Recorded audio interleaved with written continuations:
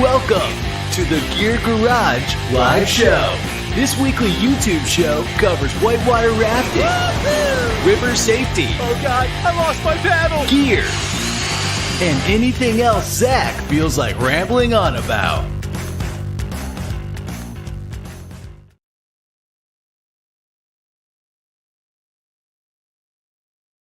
This is the Gear Garage Live Show where I just talk about stuff. I have a lot of questions that are asked of me. I answer those questions. If you have questions and you're on the show, throw them in the comments. I'll be happy to continue the show today and answer any questions in the comments. But there have been a lot of questions submitted, so we're going to get to those. And here's our agenda for the day. First, I want to talk about River Hardware. GoRafting.com is a great sponsor. And River Hardware is kind of like a sponsor too. And what it is it's a website store that I've created. We started by selling just a handful of things that we had that people wanted. It was just an easy way to sell some things. And it's just really fun for us to sell things. So if you want rafting gear, we have some of it. Well, we have we have some oar stuff, like different oar towers that we like, including the new Black Mambas, which they're not even on here right now. There's a new fancy Sawyer Black Mamba. They even named it the Black Mamba. It's like the Canyon with a cool coating. It's right here, duh. There it is. It's the same shape, but it has a fancy coating, and it's, just it's more expensive for sure. Kind of very expensive. And it's a stronger bronze. It's a better bronze than the normal one. So it's just a higher end oar tower. But what we really have a lot of is just really good rescue gear. And this is a way you can sort of pick and choose. And I'm going to say all these items here are the items that we use in our safety kits for commercial trips, for our classes. We use personally out there. It's all stuff that we like and we test. It's not just random stuff. And you can kind of pick which things you want, which rope you want, which carabiners you want. These are all carabiners I like and I've used. There's 2 different pulleys I really like. We have pre-cut webbing. And so it allows you to kind of pick and choose and put your safety kit together or supplement it. Maybe you want new, better pulleys or newer carabiners. If you open your safety kit, your carabiners might be rusted shut or just super old or just not very good. There's this throw bag that has a really good rope in it for pins. So if you want to have just a very good throw bag rope for safety, instead of carrying a full big rope, this is what we suggest. So this is just a page full of things we think are really good for your rescue kit. And then we have some things like flip lines and CPR shields and whistles. So anyway, it's really fun for us to have the store. Every time somebody makes an order, I get a shot of adrenaline or whatever that is, like dopamine, whatever that is. It's very exciting to fulfill the orders. So thank you to everybody that's ordered things. And I just want to make you all aware it's something that we do and really enjoy. Let's move on to the show, and we have a lot of questions, so I'll get started. This first one's about low water Selway boat selection. And I know you all can read it because you're watching live on YouTube right now, but I'll read some of these just because people do listen to this as a podcast afterwards. And the person asks, does your bigger is better advice for the Middle Fork salmon also apply to Selway low water trips? Is a 16 or 18-foot boat still ideal, or is the nature of the river different enough to change the advice? That's a good question. I would say bigger is better to a point. At some point, bigger just doesn't work. And I think I haven't done a low water Selway, but from what I understand, an 18-foot boat gets pretty rough there when it gets August time, when it gets super low. And I think even 16s struggle for some people. It definitely depends on your ability to row. If you're super solid rowing, you can generally get a bigger boat down these runs. So it also depends on your skill a lot. But I would say 18-foot boat. I've never been on the Middle Fork when 18-foot is too big. That's never happened to me. It does, and I've run it down to 147, I think. I took the sweet boat down at 147. That's a 22-foot boat. So I know a 22-foot boat down can get down the Middle Fork when it's as low as I've ever seen it. The Selway, I think, is a little different beast. And I've only done it once, so I can't speak to it completely. But my guess is when it gets low, you want a 16 and maybe even a 14-foot boat, depending on how low it is. So the next part is also, what is the general rule for cutoff flow to switch out of rafts and into IKs and pack rafts? I have no idea. Again, I've only done the Selway once, so I'm not a Selway expert. Yeah, I mean, a lot of it depends on your skill. A really good oars person can run oar boats very low, but they have to have really good skills. I just did a video, a Gear Garage video about 2D versus 3D skills. I wonder if I still have it up here. The stuff. Yeah, this is the. Let me bring this up right here. This is the whiteboard I use for it. And, you know, there's like 2D and 3D rivers as I think of it. Like 2D rivers are just like, just floating around and you miss some rocks and maybe there's a hole here or there. But 3D rivers have more of a vertical component and more chutes, more narrow chutes and tight spots. And I'm not explaining it that well right now, but there's a whole set of skills that most people don't really need in their normal boating. They're really happy on 2D rivers where things just sort of like you float down, it works out. You can push, you can have better oar management. You're going to probably be fine. You could be better, and you don't need these skills. But when you get to 3D rivers, you pretty much need these skills. And I list gateway rivers. Gateway is where like you can probably get down these rivers without these skills, but you'll do better with them. And you'll see the Selway to me is a gateway river. Like if it's like good, normal flows, you'll be able to use some of your subpar technique, your 2D, let me say your 2D river techniques, right? Just pushing a lot, not using poles correctly, not pulling into eddies, not watching your oars, all this stuff. If Selway's low water, like low water, I would put it in a 3D river category. It's more just like tight shoots, drops, tight maneuvers. That's where you need good oar management. You should be pulling into a lot of your eddies. You should push and pull. You use both of them depending on the circumstance. Know the dance stream ferry, which won't matter that much for low water Selway. It could. And then set up really well. And this seems really easy. All of you who are like, oh, I do all that. But like there's doing it and there's crushing it. And I don't think like everybody's crushing it. So getting back to the question, if I can pull this back up, see if I can figure it out. Yeah, so the general cutoff, I would say like somebody who has 3D skills, who is really a ninja in oar boat, my guess is there's not a cutoff flow. My guess is they can get a 14-foot boat down no matter what the flow is. Now, if you're a 2D boater, and you don't have those skills, it's much sooner.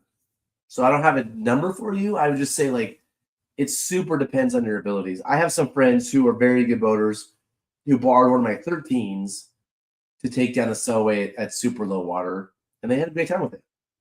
But they did say most people would just get destroyed if they were doing it. Sean has a bunch of comments. I've heard the Selway has, low water has more narrow. Yep, exactly. Narrower, I mean, I think it's surprising how you can get wide boats down narrow slots. It's actually surprising with the right skill set. You can do some pretty amazing stuff to a point. There's some narrow chutes that you can't get a boat through for sure. But I mean, I've taken boats that are 8 feet wide through 7 feet slots many times. It doesn't seem like it should work, but if you run soft and you have the skills and you understand how it all works, you can kind of slide these things through magically. About the low water Selway question came from a boater who was struck on permits. Yeah, it's like it's your option. Like you can go when Selway season ends, when permit season ends. Like, what can I do? That's something you can do. And the South Salmon, although the South Salmon should be on my 3D river list. It's actually harder than Illinois even. So like you have to have. I mean, I would say the South Salmon at normal flows is harder than the Selway at low water. Like that's it's harder. Yeah, it's definitely a higher skill set to run the South Salmon. I should have put it on my 3D river list. I regret not having done that. I'll do it later. Okay. So hopefully that helps. Love the show and thanks for all the advice and entertainment. Yeah, of course, it's fun for me. I love it too. If I didn't love it, I wouldn't do it. Like if it wasn't fun for me, we wouldn't be doing it. So thanks for making it fun for me too. All right, next question. Whitewater helmets. Zach, I'm looking to buy a new helmet for rafting. Can you talk about a few helmets that you've tried and would be your top 3 recommendations? I'm only going to recommend Sweet helmets. That's all I'm going to recommend. They're more expensive. but I think they're better made. They're more comfortable. They're safer. You get what you pay for. It's a helmet. Like if you have a $5,000 raft and you're not willing to pay $200 on a helmet, that's insane to me. So I would say like I'm only gonna go helmets for. Let me see if I can find their helmets for whitewater. I'm just only gonna recommend them. And they did a study. There was a study that I talked about on the show a year ago or 2 years ago. Aaron and I talked about it for a while about. They did some impact studies, and Sweet Helmets just absolutely crushed that study. So they're just better in every way possible. There's other helmets. I'm just not going to recommend them because I don't know enough about them anymore. I haven't worn anything but a Sweet helmet now for like 15 years. So talk about a few different ones. A strutter. If you want to look like super rad, this is the helmet. This was my main helmet for like 10 or more years. Until I realized it's not as safe as the others. I'm getting older. I need to be safer. But if I want to look cool, this is the one I wear. I like this strutter a lot. It's just comfortable, rad. It's not as safe as the others, but it's pretty sweet. I would say the rocker is the standard among everybody I know who's rad. This is the one I wore. I paddled this morning. It's the one I wore this morning. And I was doing class 3. I could have worn the strutter. It has great warmth. It has those ear things that cover your ears. But also just like really solid protection throughout. And it looks cool. And it comes in rad colors. This is black, but like, check this out. They call it gloss poppy red. That's Ferrari red. I mean, look at that sexy blue. Oh, they have purple now. Like they change the colors every year or so. They have white. White makes me look like a stormtrooper, so I never got that one. But I would say like if I was to recommend one helmet, this is it. The Sweet Strutter. But the other one that is I think super underrated. Oh, there's the Strutter. There's the rocker, and this one's actually a better price. The Wanderer, and it's only $130. When I say only, like you can buy cheap NRS helmets for like probably 40 that look like they're real helmets. But like compared to the other helmets, it's a lot better priced. And when they did the studies, this helmet study, I'm pretty sure this one was number 1. I feel like this might actually be the actual safest helmet too. It doesn't look as cool as the other ones, but it looks cooler than most other helmets. So I would say bang for your buck, it's the Wanderer. So just quick review of all that. Like, I'm gonna go back. So like Wanderer, best bang for your buck, solid helmet. Rocker, if you want to like fit in with all the cool people and have like what most people think is the best helmet. And Strutter, if you want to just look rad, or like on warm days, the Strutter is nice too because it like doesn't have as much insulation. So those are the 3 I would go with, and you can choose to go with some other one if you want. But I'm just convinced that Sweet is the way to go. Okay, new Klamath. Oh yeah, so last episode somebody asked about. I gotta figure out how to open this up. How do I open this up? Uh-oh, back. I don't know how to open it up. So last week somebody asked about a map of the Klamath, and Will emailed me, Will Volpert, who runs the Klamath, who's been out there a bunch, and he sent me a map. And let me see if I can pull that map up. I'm gonna have to find that email he sent me. Oh no. But this map, where would this map be? Oh, I can't find it. How do I find this map, everyone? Please give me a second. I'm just going to talk sort of. Nope, it didn't come up. Oh, here we go. Boom. I'll try to remember to put a link in the bottom of this YouTube channel so you can find it on your own. But we'll make this map on what's it called? Google Maps. Is it showing up, everyone? Oh, it's not showing up. Let me pull it up. Here we go. There's the map. So it's a good map. And Will loves doing this stuff. He's really good at it. I'm sure there's tons of cool photos. If you zoom, it shows you the different runs. My guess is the runs are here by color. Yeah, you can pull them off and on. You can unclick the run. So somebody asked about doing the whole run, I think, 2 weeks ago. Here's how you link it all together. And I'm sure if you zoom in, Will has carefully detailed. There's a photo. There's a photo. Oh, the names of the rapids, some of the camps. I'm sure he hasn't done 100% because that would be a lot of work and he's a busy dude. But this is kind of amazing how much work he's done. Old Bush. I didn't even realize there were names for all these rapids. Who named these? Will, did you name all these rapids? There better be a Zach's Falls out there. Here's Hell's Corner from the old, oh, these are all named because they're part of the Hell's Corner run.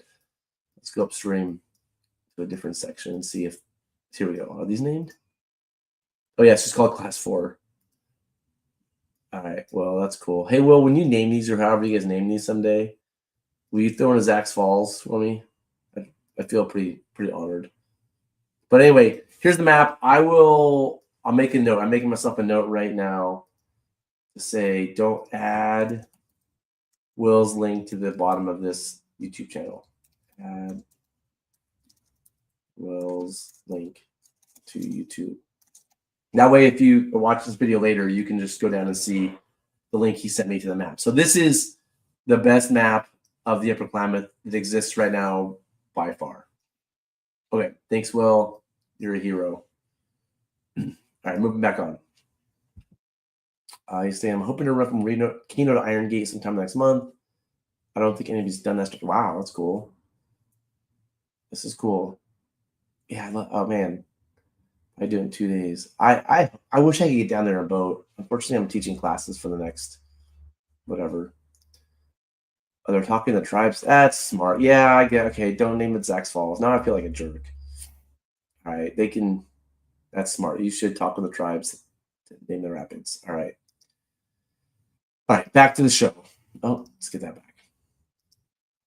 Cap Rain, love your show. Thanks. Hey, by the way, when you guys write that, it makes me feel really good because I do get a little bit of flack sometimes for things I say.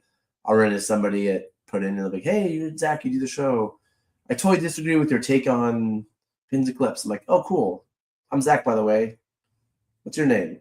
So, like, I love it when people like the show, and I'm wrong all the time. So, like, I get it. I appreciate the feedback. It helps me feel cool.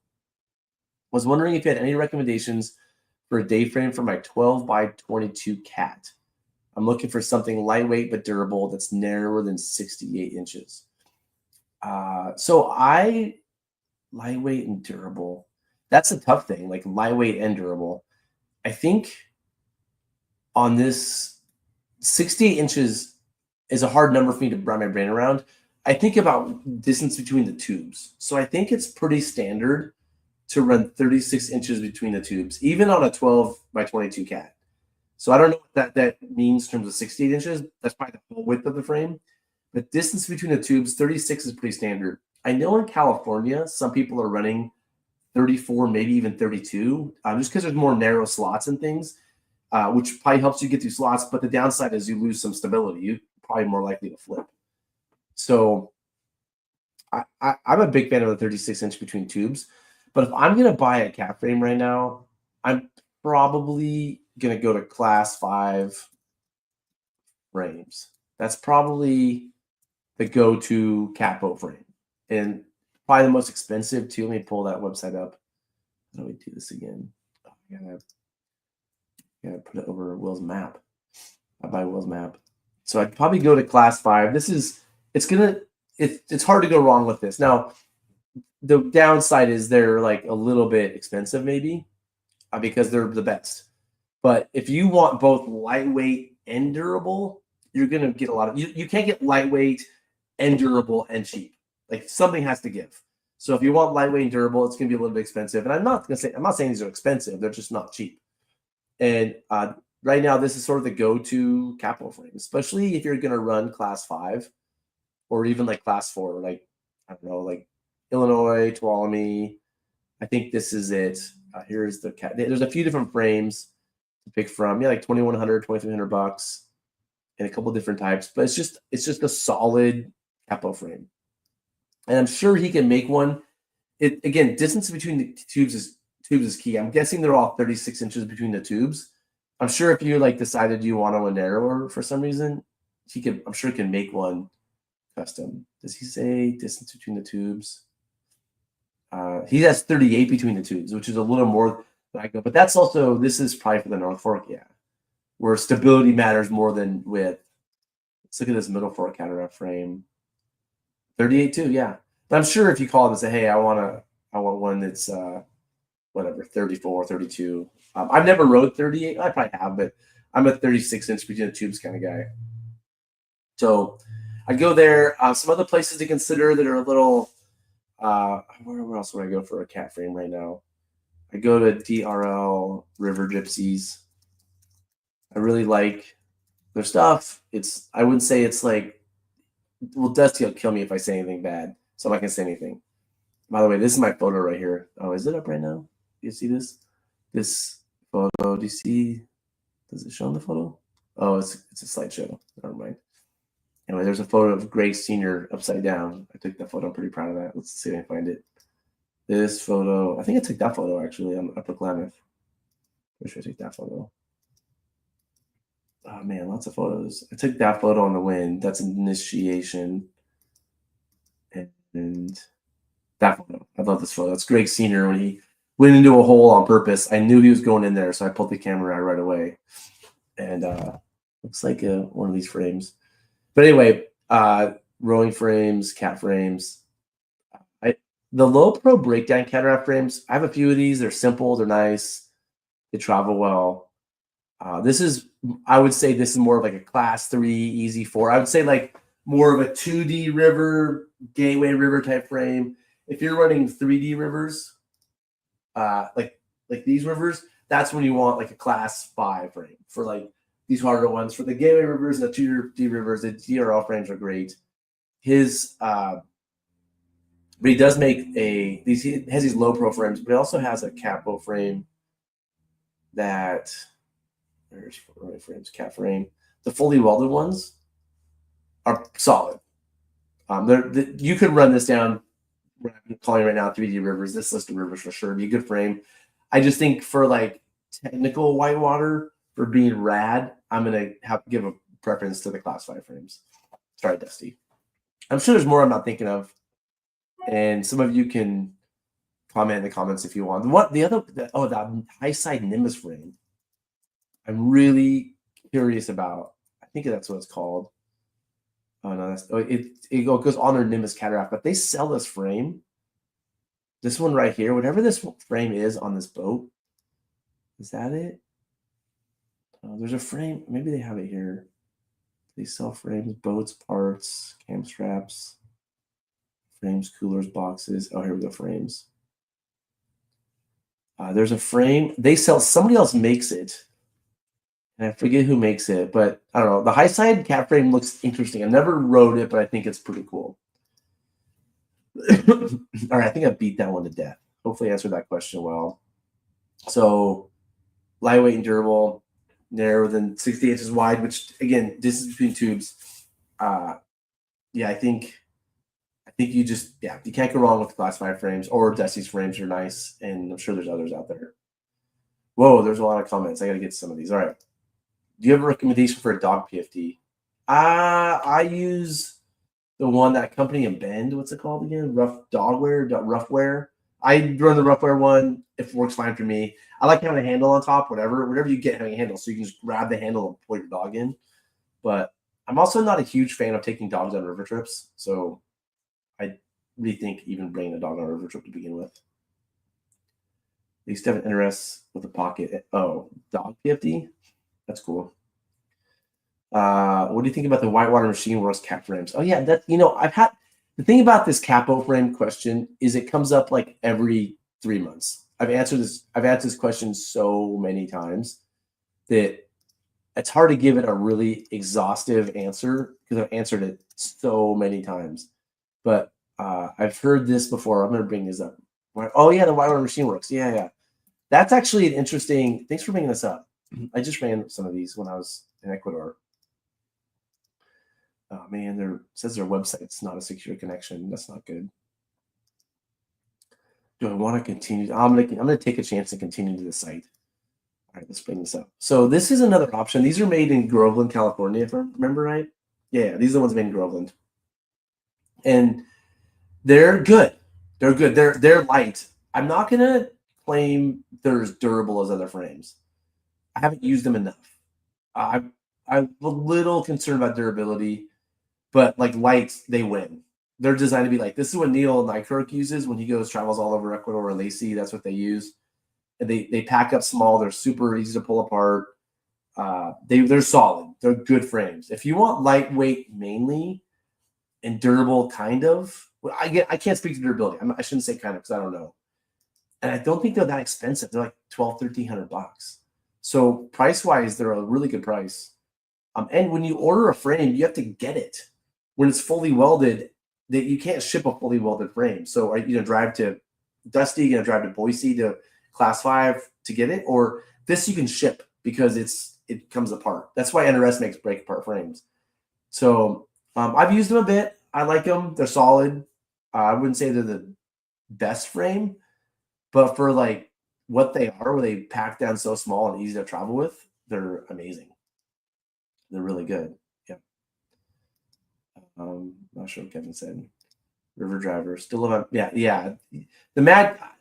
So for cat frames, I didn't mention Mad Catter. That's what I use. I got one before he stopped making them, but I think Mad Catter to me is sort of the just like top level. But if you can find a used Mad Catter, I would get that. But again, they're hard to find. The Nexus Cat, I think that's the one, Sean. Yeah, the We Felt Nexus. Yeah. The We Felt Nexus. That's right. We Felt Nexus. Let me see if I can bring that up. Yeah, this looks. Man, why do I keep getting this? Are you guys? I don't know. I'm not gonna get into it. It's hard. There's not good photos of it here. It looks rad. It looks really, really rad. 2024. Oh, everybody asking about our frame. We still haven't found a reliable supplier, so maybe they can't even sell them. And they're pretty expensive. $2,500. It's expensive. But here we go. 36-inch interior width. I mean, that's the key width, I think, overall. But I'm not sure if they're even making them or not. And I know Greg Babikoff is going to start making frames again. I'm not sure where he's at. But this frame looks cool. I've never seen one in person. It just people told me about it. The photos look rad. I like the idea. But yeah, it is what it is. Okay, moving on. I think we answered that question. Well, there's a lot. Okay, hi Zach. Couple questions. I started rafting a couple years ago for fishing. I think that's what CPL means. I think that's like text version of couple. I have a one-man water master grizzly-like raft. Actually, I have the Skadden Assault X. And I've really started enjoying the rafting aspect too. My issue is that my days behind the oars are few and far between. So how would I suggest you make the most of becoming better at rafting? I've only done class 2-3 water, but I'm always hesitant to push my capabilities and those my raft. That's a tough question. I mean, the way you get better is you go do it. And to go do it, you sort of need to have friends who want to go do it too, so you have safety. And so it's like anything. You get better by doing it. That's all I have. I mean, we have an online course that has a lot of information in it. I'd recommend that. It's like $400 and it's like packed full of videos. I mean, I'll take this moment to brag about our online course. Why not? Let's see if I can open it up here. Oh, let me see how I open it up. So I'm going to take this second to have a second commercial today. We have a website, whitewatereducation.com. We have a few online courses. The main one, the rowing school, is packed full. And you can just check this up. Go to whitewatereducation.com. There's probably a link to it. We promote it in the comments down below. But it's just, you can see there are a lot of lessons. And a lot of these lessons are 3-4 videos deep. This is like Gear Garage on steroids, honestly. And a lot of the Gear Garage episodes were the warm-up, like the first draft of what's here. Like a lot of these videos are way better. We put a lot of time into them. So this covers, I mean, most of our whitewater curriculum. It's not doing it. It's just the lectures. And if you want to like see if the quality, you just hit these preview ones are free to show you like, you know, what's in a typical lesson. Some videos, you know, this is a typical lesson. There's a lecture, some examples, fun photo, and then some information. So there's tons of lessons in here. And so it's $400 if you want it. There's a cheaper version. There's a $100 version. If you go to the homepage, there's like a toned down version because that $400 is a lot. There's like the basics. Like we like the first like bit of it. I think like we go through like class 2, yeah. So the first like fifth of it is just $100, and it just gets you through the class 2. So that's one way to get better. Go practice, get some education. I don't know. We do rowing classes in person too. They're just expensive. Like I should be honest. Like, well, our classes, we do a really good job, but they're also very expensive. You have to travel here. You know, it's a lot. So those are ways to get better. All right. Generally, what are your thoughts on these open fishing type rafts? The Grizzly or the Double X. I don't even know what the Grizzly or Double X are. I don't know. One man master Grizzly like raft. A Skadden Assault X. All right, let's look this up. Let's see what a Skadden. I mean, I don't know what it is, so I can tell you right now. My opinion is this probably sucks. Just to be super honest with you. But let's look it up. Oh, that was salt. There we go.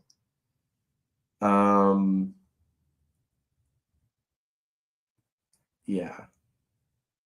I mean, it's $1,000 for a raft, a seat, and oars.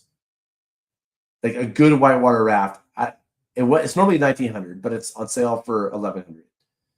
The fact that it's on sale just tells me about the quality, right? Like it's so good we couldn't even sell it for what is already a good deal.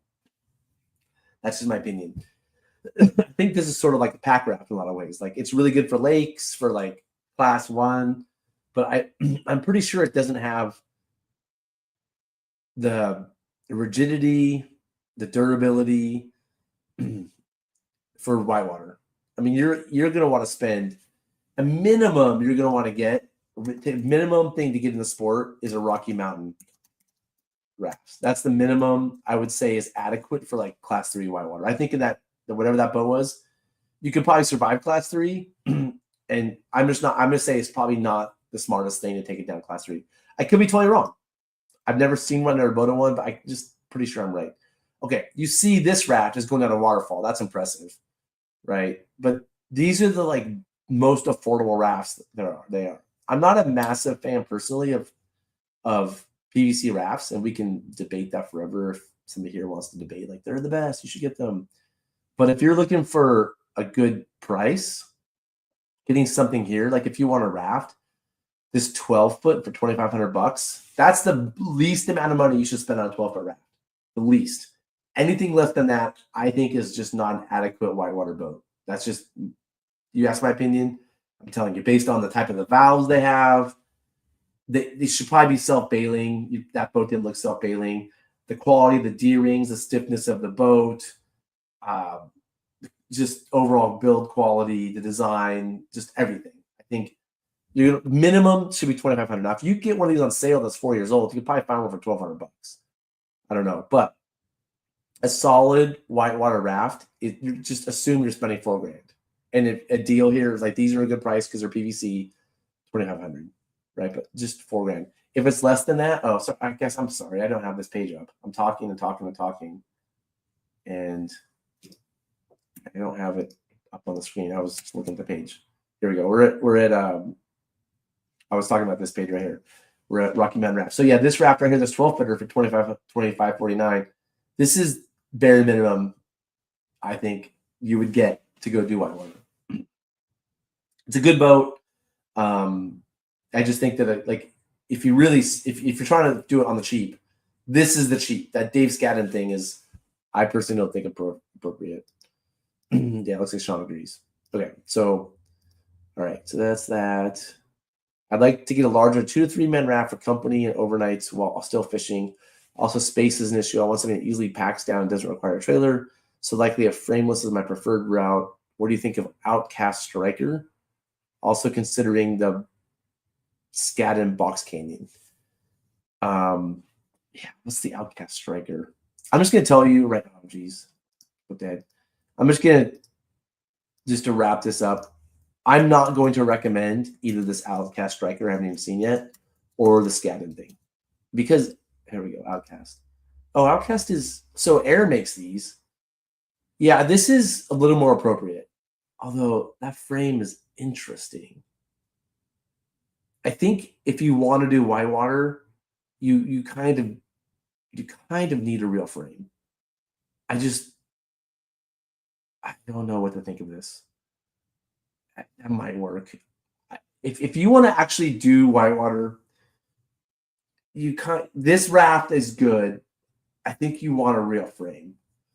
So I'm not gonna. I wouldn't take that. I would personally take this down easy class 3, but anything with challenge. I'm not okay with the seat setup. I'm not okay with the oar setup. The raft is fine, but I'm not going to get that. Yeah. There's a lot of comments.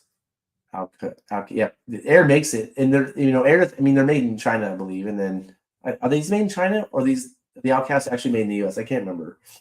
But for that price, I'm guessing they're made in China. I mean, those oars are probably really cheap oars. I'm not sure that price includes the oars or not. But just getting back to answering a question, like there's fishing rafts meant for like class 1+ lakes. I'm not going to recommend those rafts for whitewater. It's a different world. And in my world where I talk about whitewater, and I'm not an angler, I'm not a fisher person, so I don't know. In my world, I'm not going to be okay with those rafts. Now, you might survive in those rafts, but it's not a good idea. I'm just going to leave it at that. And if you want reasons, ask me again. Tell me the reasons, and I'll try to think of them. There are reasons in my brain. I just don't really want to talk about all the reasons right now. And then for overnighters, you're just not going to get. I mean, unless you're going so light, you're just not going to get enough stuff for overnighters in that boat. Unless you're going backpacking light and simple, you're just not going to. Yeah, you for an overnighter, you want to probably have minimum 14. I really suggest a 16 if you're going overnighters. Just by the time you have stoves and toilets and food and your stuff, and as people start doing overnights with minimal, like let me bring a sleeping bag and some MREs, and 5 years later they're bringing massive kitchen setups and coolers full of beer and all the stuff. So eventually you're going to bring all the stuff. Lastly, suggestions on home. I just talked about helmets. Yeah, sweet. I just covered that a few questions ago, so I think you're good there. Do any come with chin guards? Think slalom ski helmets. Worried about bashing my teeth.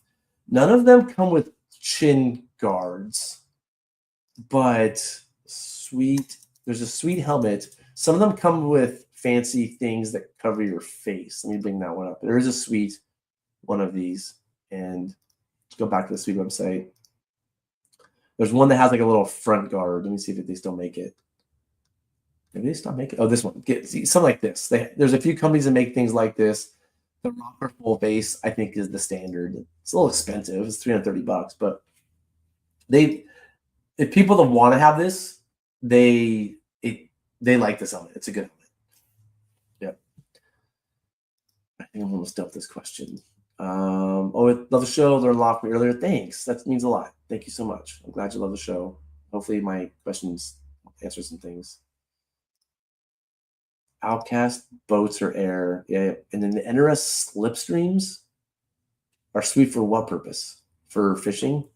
I never heard of an NRS slipstream. Again, I'm not a fisher person, so I don't know about any of the fishing gear. Air makes those, yeah. Air makes those, and then Sotar makes the strike rafts. Yep. The strike rafts for fishing. Yeah. And there's a Moravia version that some other company does, and there's a whole bunch. Okay, let's move on. Oh, back to here. Okay.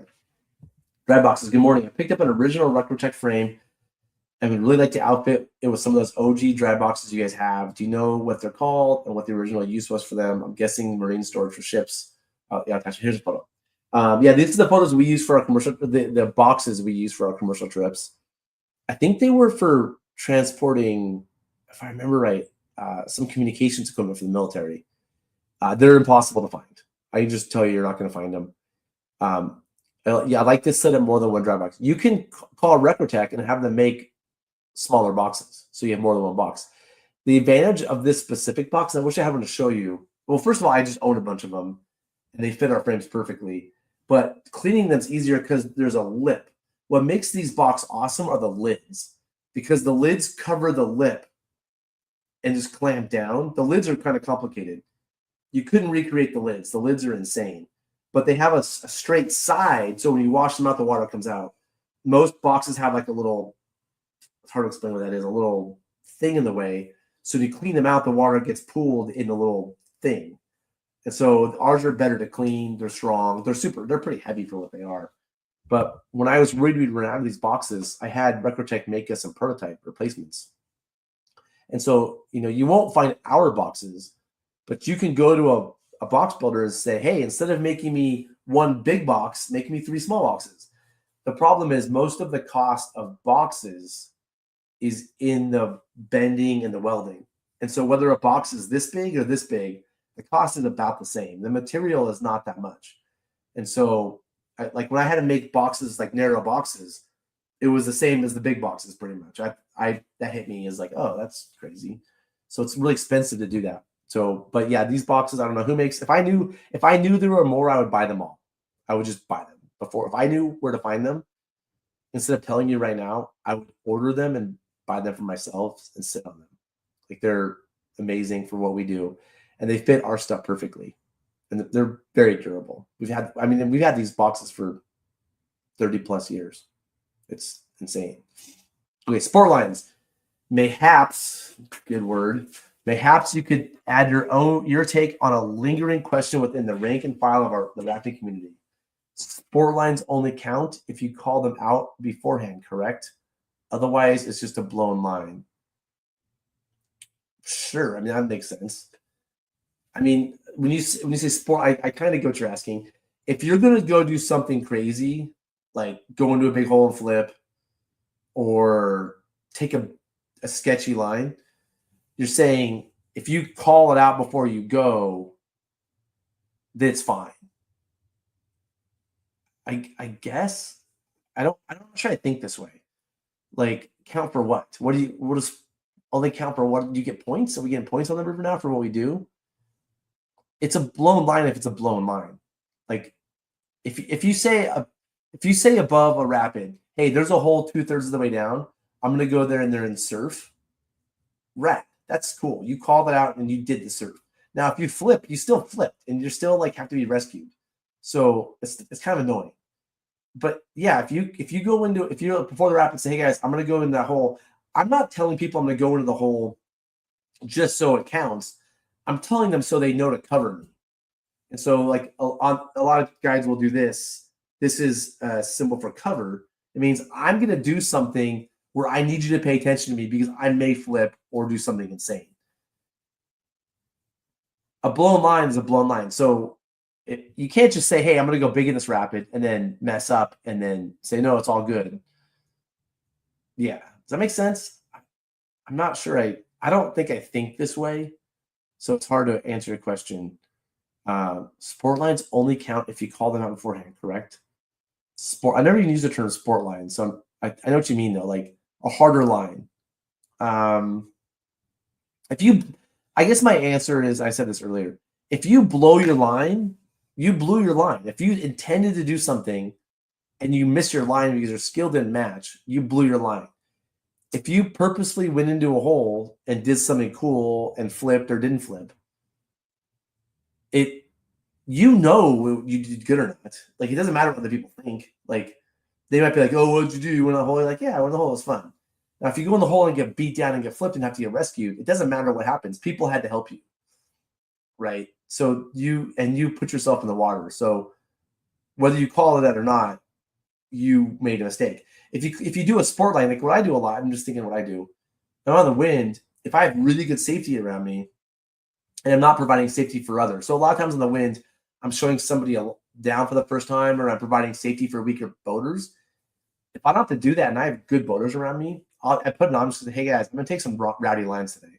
Like, just keep an eye on me and just know that I could flip because I'm doing some rowdy stuff. Are you guys cool with that? And like, yeah, that's cool. That sounds good. I'm like, okay, cool. Just keep an eye on me. If they're like, no, we're not in the mood to rescue today, I'm like, cool. I won't do that. That's good to know, because I don't want to take those rowdy lines. You call them sport lines. I call them rowdy. I don't want to take those rowdy lines unless I know I have a team who's willing to provide cover for me and help me out. So instead of saying you get, they only count and you get points and blown lines, I would say like taking harder lines is an important thing I'm going to reframe this whole thing. Now that I've talked through it and my brain has a thought about it. I think taking what I'm going to call more difficult lines, rowdy lines, is an important part about getting better. We had a question a few questions ago. Was it? Oh, it's fishing raft guy. Yeah, no, is it fishing raft guy? Yeah, how do I get better? Okay, my issue is I only get days, about 3 to 5. How do you suggest to make the most of becoming better at rafting? Well, I said make friends. That was my answer. Because you get better by taking these harder lines, but you need friends with you to help you if you have a problem. So like if you just do the same line every time on the same river, you just memorize it, you just do it. You do it so many times, you know exactly when to ship your oar, you know exactly how when your oar is going to touch the water every time. You're not getting better. You're just memorizing a river, and you're just memorizing a sequence of strokes. You get better by going on the run, but trying new things, catching new eddies, going over new drops, pushing the limits. But when you do that, you're pushing your limits a bit. You will make mistakes sometimes, and you need people there to help you when you make mistakes. And so when I go on the wind and I'm surrounded by people who are supportive of me, I'm like, hey guys, you guys cool with me trying some stuff out? Yeah, Zach, we're cool. We'll look out for you. Sick. That's when I get to work on my skills. That's when I'm going to say, hey guys, I'm going to go some places I've never been. I'm going to go over some weird rocks. I might get stuck here and there. I could flip because I'm taking some sporty lines, as you would say. So instead of framing it as what counts, what doesn't, what do people think, I'm going to frame this as you get better by doing more difficult lines. And when you tell people beforehand, that's a put in. It's not above the wrap, but hey guys, I'm going to go hit this hole, watch me. It's a put in, say, hey guys, today I'm going to push the limits a bit. Can I get your support? Cool. And that's when you call that out. You said, I'm the whole day, I'm gonna push the limits. So I'm pretty sure that's not what you asked, but I'm telling you what I think about it. Sport lines. All right. I think that's it for today's show. Thanks everybody for watching. The next few weeks, I'm going to be teaching classes here in Head River, Tuesday through Fridays.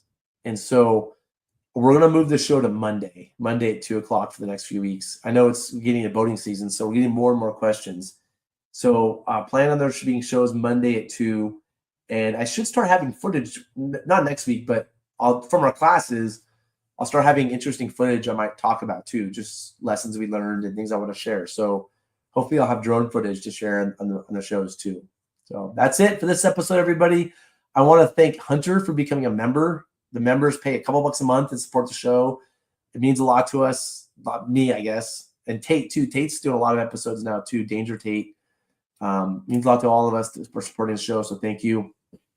And you know, I really want to support Tate's new show, Safety First with Danger Tate. And so it costs money to do these shows. And so those of you that become supporters, it just helps me spend more money on things like Tate's show and just things we want to do that I think are going to be interesting for the community. So Hunter, your membership is so appreciated. Thank you. And those of you that are already members, I know Sean, you're a member. Thank you. It means a lot. And we'll keep plugging away. And I'll see you all on Monday.